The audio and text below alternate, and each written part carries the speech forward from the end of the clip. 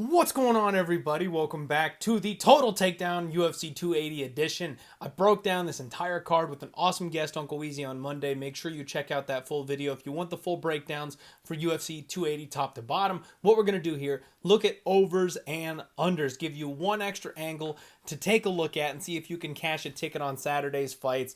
Obviously, show is brought to you by Superbook Sports, and the lines are powered by Superbook. The show is being hosted on Pub Sports Radio. I'm sorry, guys. I'm losing it a little bit. I lost a fight with a cactus this morning, so bear with me here.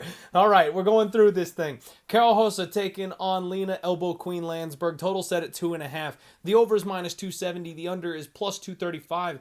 I really believe that Karol Rosa has a chance to knock out Lena Landsberg. The way she volumes her 27-year-old age compared to the 40-year-old of Lena Landsberg. Landsberg definitely having kind of one foot in the grave in there at this point. I think Rosa is live for the knockout, but I don't see any way whatsoever that Lena Landsberg finishes Karol Rosa. So that can't be an underplay for us. You'll get a better number on a prop if you want Rosa inside the distance. I've got to say the over 2.5. I'm not laying that. I think Karol Rosa is definitely the side here, and some finishing upside as well.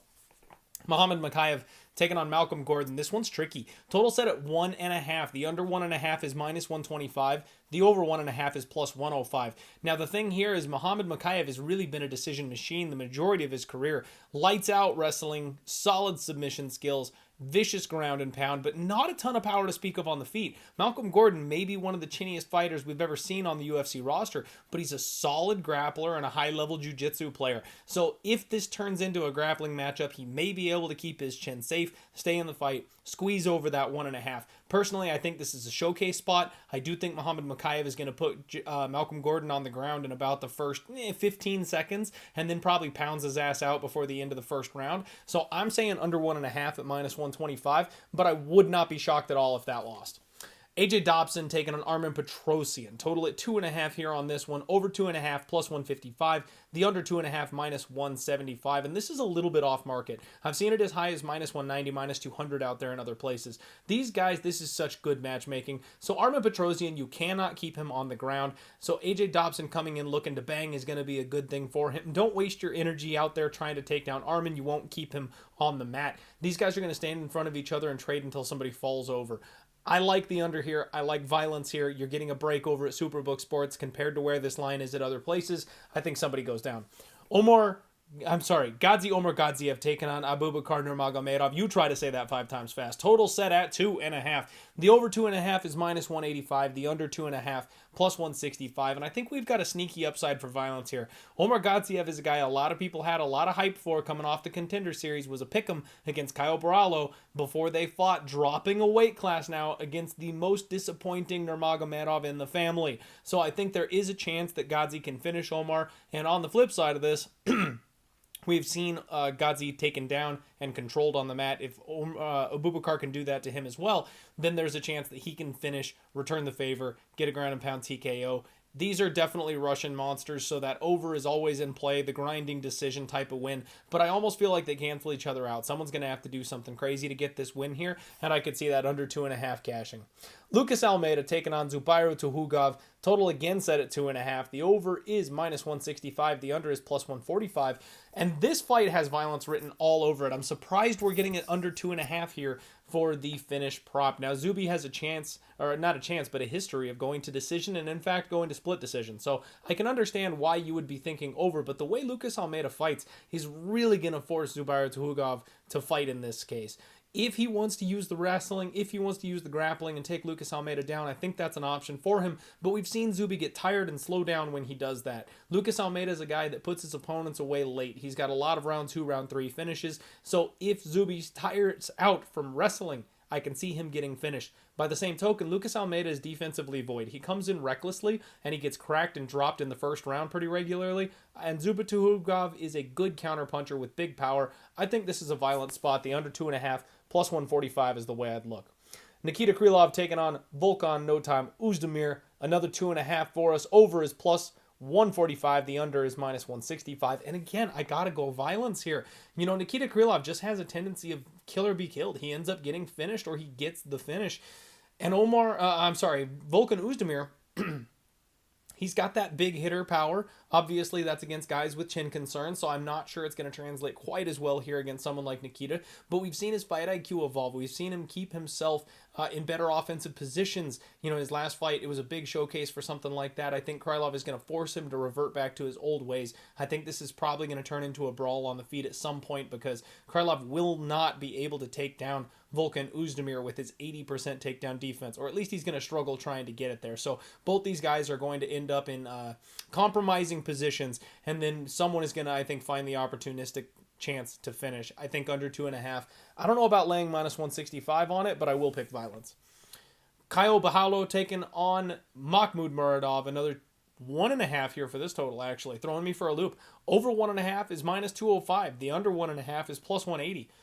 And I don't like the price tag on the 1.5. Over is the move.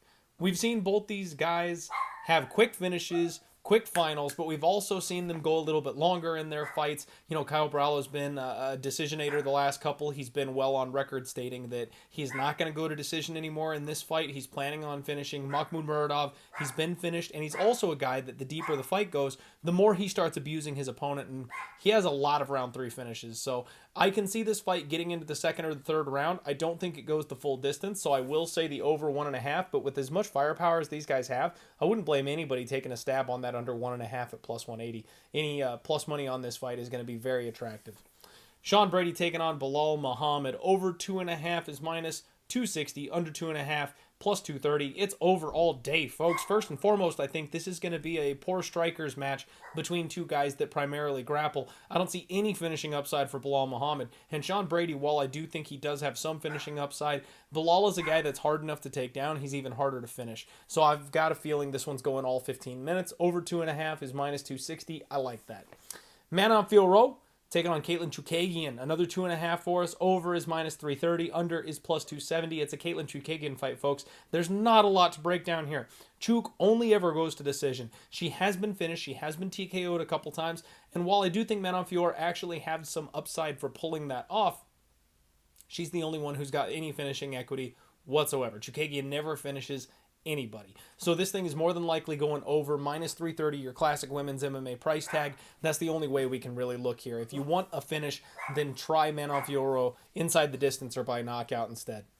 Mateusz Gamrot taking on Beneil Dariush. We have got a total set on this one at 2.5. The over 2.5 is -170. The under 2.5 +155. And I do think we actually see some violence here. Beneil Dariush is a guy who's a super high-level grappler. He is turned that into a super high-level brawling style, and he tends to force these battles with his opponents. Mateusz Gamrot, we know how well this guy scrambles. We know his ground and pound. We know that big power right hand that he's got, and that's something Beneil Dariush has eaten and been dropped by multiple times in his career. Give me under 2.5, +155. I like violence. Sorry, folks. Still got that chest congestion thing going on. It just doesn't go away. I've had it for like 2.5 weeks now. I apologize. Hopefully, we'll get rid of it as soon as possible. Sean O'Malley taking on Petr Yan. Total at 2.5. The over -185. The under 2.5 +165. And I know Sean O'Malley's out here. I'm going to knock out Petr Yan. Yan is out here going, he's a hooker on the side of the road. I'm going to knock him out. Like, I just don't see it, guys. We're in the big cage. Sean O'Malley's going to use his footwork. Yan is a bit of a slow starter. The only guys Petr Yan have knocked out have been a little bit older, a bit longer in the tooth. One of those was Aldo, and it took him until the 5th round to actually pull it off. Sean O'Malley, he may have had that durability concern, that scare a little early on in his career, but he's shown that he knows how to check legs now. He's much more elusive on the feet now. I think Petr Yan is going to have a hard time reaching him with those stubby little arms. This is not a guy that's going to stand in the pocket and trade with him the way that he wants. So I really think O'Malley's probably going to spend a lot of time on the outside for this fight, and then I think Petr Yan is going to be chasing him for the majority of it. I do think it goes 15 minutes. I think we go over that 2.5 round mark. TJ Dillashaw, Aljamain Sterling, co-main event for the title. I love this fight. Total set at 4.5. The over 4.5 is -200. The under 4.5 +175. And I've got a sneaky feeling that we see violence here. I don't really know why. Like, I can't put my finger on it. Aljamain Sterling has only lost 3 times. One of those was the DQ. Technically, it's not a loss, I guess. But He only has split decision losses. This guy is incredibly tough to pin down. He's incredibly hard to finish. TJ Dillashaw, on the other hand, he's a finishing machine. He hunts people down. He breaks them apart over the course of a 5-round fight, and he gets them out of there. That's just what he's always done. Now, TJ is not 100%. He's a little older. He's had some surgeries. I know. I get all that. And especially Aljamain Sterling, he knows how to switch to that grappling, backpack people, grind time off the clock, control his opponents. That's what he does. That's how he gets out of these spots. So he stays alive. But for some reason, I feel like TJ is going to work him. I'm incredibly highly invested in TJ Dillashaw in this fight. It's my biggest bet on the card, and I do think he's going to be and new on Saturday. Aljamain Sterling, let's not forget he's got that submission upside. I don't think he's finishing TJ Dillashaw, but the way TJ's body's kind of fallen apart, we can't overlook the fact that he's had his shoulders repaired. We can't overlook the fact that his knee blew out in the last fight. There will potentially be some opportunities for Aljamain Sterling to get in there and get some kind of a finish on TJ if he's not 100% or if his body just quits on him. TJ, on the flip side of this thing, the way he breaks his opponents down, I could see pretty much anybody wilting under the pressure of TJ Dillashaw in a 25-minute fight. I'm going to say under 4.5 at plus 145. Islam Makhachev taking on Charles do Bronx Oliveira. Total set at 2.5 at Superbook Sports for this one.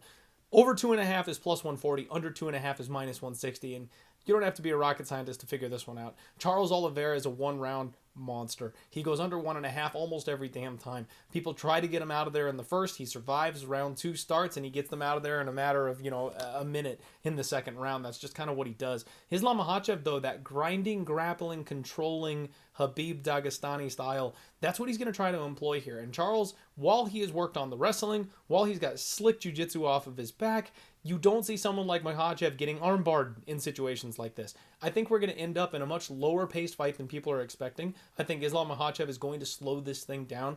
And even though Charles Oliveira is going to do his damnedest to make it a brawl on the feet while he can, while he's going to be attacking off his back, he will look for sweeps, reversals, submissions. I think Islam Makhachev is going to be just a little bit too much, especially in these early rounds, and be able to control Charles Oliveira early. Now, that's not to say that Charles won't come back and win this fight late. That's not to say that Islam Makhachev won't find a finish later on if Charles gasses out or if he gets a dominant ground and pound position on him. But I think this thing sneakily might be going over. You can find an alternate round total for the 1.5 out there, and I think it's at minus 160. I don't mind that at all. This over 2.5 at plus 140, it's a little sketchier. Still kind of like it.